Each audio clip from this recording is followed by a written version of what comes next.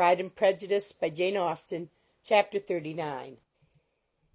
It was the second week in May, in which the three young ladies set out together from Gracechurch Street for the town of in Hertfordshire, and as they drew near the appointed inn where Mr. Bennet's carriage was to meet them, they quickly perceived, in token of the coachman's punctuality, both Kitty and Lydia looking out of a dining-room upstairs.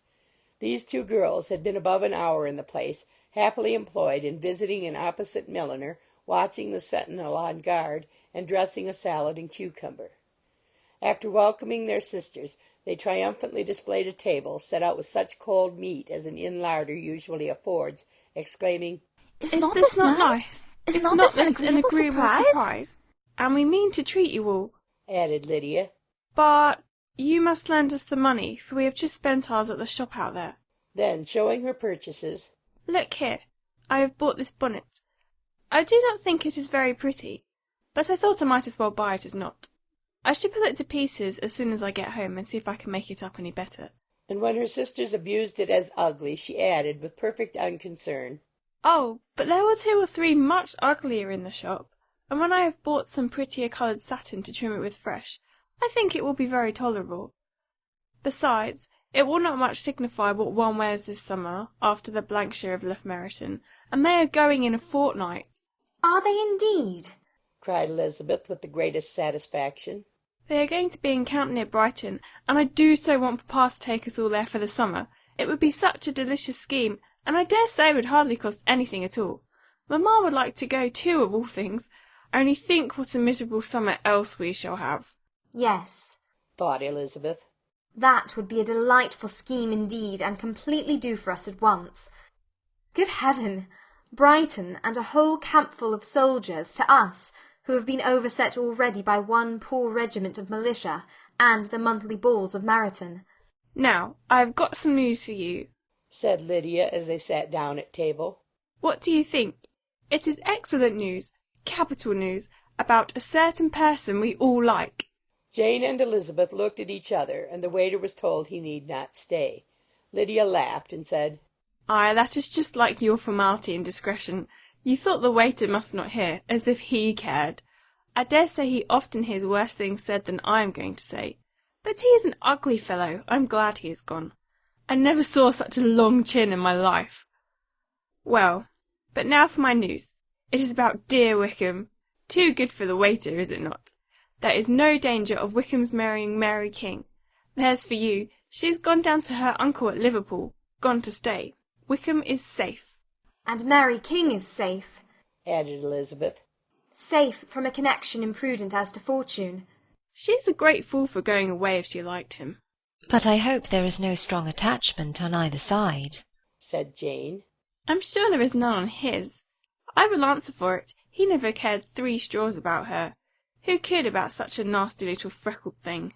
Elizabeth was shocked to think that, however incapable of such coarseness of expression herself, the coarseness of the sentiment was little other than her own breast had harboured and fancied liberal. As soon as all had ate, and the elder ones paid, the carriage was ordered, and after some contrivance, the whole party, with all their boxes, work-bags, and parcels, and the unwelcome addition of Kitty's and Lydia's purchases, were seated in it. How nicely we are all crammed in, cried Lydia. I am glad I bought my bonnet, if it is only for the fun of having another bandbox. Well, now let us be quite comfortable and snug, and talk and laugh all the way home. And in the first place, let us hear what has happened to you all since you went away. Have you seen any pleasant men? Have you had any flirting? I was in great hopes that one of you would have got a husband before you came back. Jane will be quite an old maid soon, I declare. She is almost 23. Lord, how ashamed I should be of not being married before 23. My Aunt Phillips wants you so to get husbands, you can't think. She says Lizzie had better have taken Mr. Collins, but I do not think there would have been any fun in it. Lord, how I should like to be married before any of you, and then I would chaperon you about to all the balls. Dear me, we had such a good piece of fun the other day at Colonel Forster's. Kitty and me were to spend the day there, and Mrs. Forster promised to have a little dance in the evening. By the by, Mrs. Forster and me are such friends. And so she asked the 2 Harringtons to come, but Harriet was ill, so Pen was forced to come by herself, and then, what do you think we did? We dressed up Chamberlain in woman's clothes on purpose to pass for a lady. Only think what fun! Not a soul knew of it but Colonel and Mrs. Forster, and Kitty and me, except my aunt, for we were forced to borrow one of her gowns, and you cannot imagine how well he looked. When Denny and Wickham and Pratt and 2 or 3 more of the men came in, they did not know him in the least. Lord, how I laughed! And so did Mrs. Forster. I thought I should have died, and that made the men suspect something, and then they soon found out what was the matter. With such kinds of histories of their parties and good jokes did Lydia, assisted by Kitty's hints and additions, endeavour to amuse her companions all the way to Longbourn. Elizabeth listened as little as she could, but there was no escaping the frequent mention of Wickham's name. Their reception at home was most kind. Mrs. Bennet rejoiced to see Jane in undiminished beauty, and more than once during dinner did Mr. Bennet say voluntarily to Elizabeth, "I am glad you are come back, Lizzie." Their party in the dining-room was large, for almost all the Lucases came to meet Maria and hear the news, and various were the subjects that occupied them. Lady Lucas was inquiring of Maria after the welfare and poultry of her eldest daughter. Mrs. Bennet was doubly engaged, on one hand collecting an account of the present fashions from Jane, who sat some way below her, and on the other retailing them all to the younger Lucases. And Lydia, in a voice rather louder than any other person's, was enumerating the various pleasures of the morning to anybody who would hear her. "Oh, Mary," said she, "I wish you had gone with us, for we had such fun. As we went along, Kitty and I drew up the blinds and pretended there was nobody in the coach, and I should have gone so all the way if Kitty had not been sick. And when we got out to the George, I do think we behaved very handsomely, for we treated the other 3 with the nicest cold luncheon in the world, and if you would have gone, we would have treated you too. And then, when we came away, it was such fun! I never thought we should have got into the coach. I was ready to die of laughter, and then we were so merry all the way home. We talked and laughed so loud that anybody might have heard us 10 miles off." To this Mary very gravely replied, "Far be it from me, my dear sister, to depreciate such pleasures.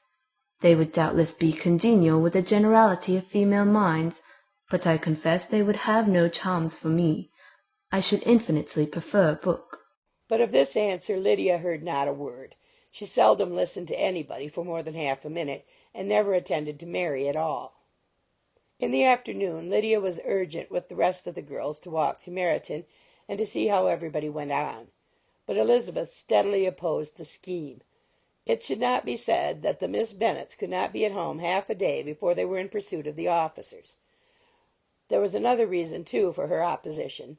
She dreaded seeing Mr. Wickham again, and was resolved to avoid it as long as possible. The comfort to her of the regiment's approaching removal was indeed beyond expression. In a fortnight they were to go, and once gone she hoped there could be nothing more to plague her on this account. She had not been many hours at home before she found that the Brighton scheme, of which Lydia had given them a hint at the inn, was under frequent discussion between her parents.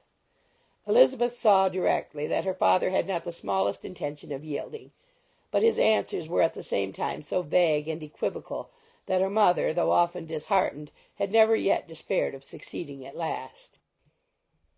Chapter 39.